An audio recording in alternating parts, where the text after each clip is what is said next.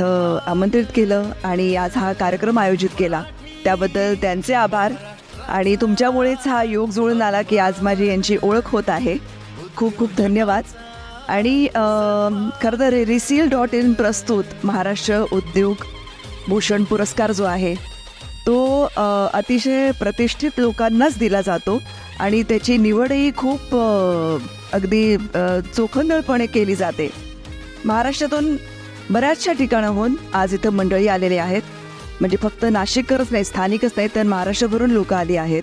महाराष्ट्र उद्योग भूषण पुरस्कार 2024. The next award category is Best Digital Marketing and Skills Development Courses Provider in Maharashtra, and the award goes to the founder of DigiSquare.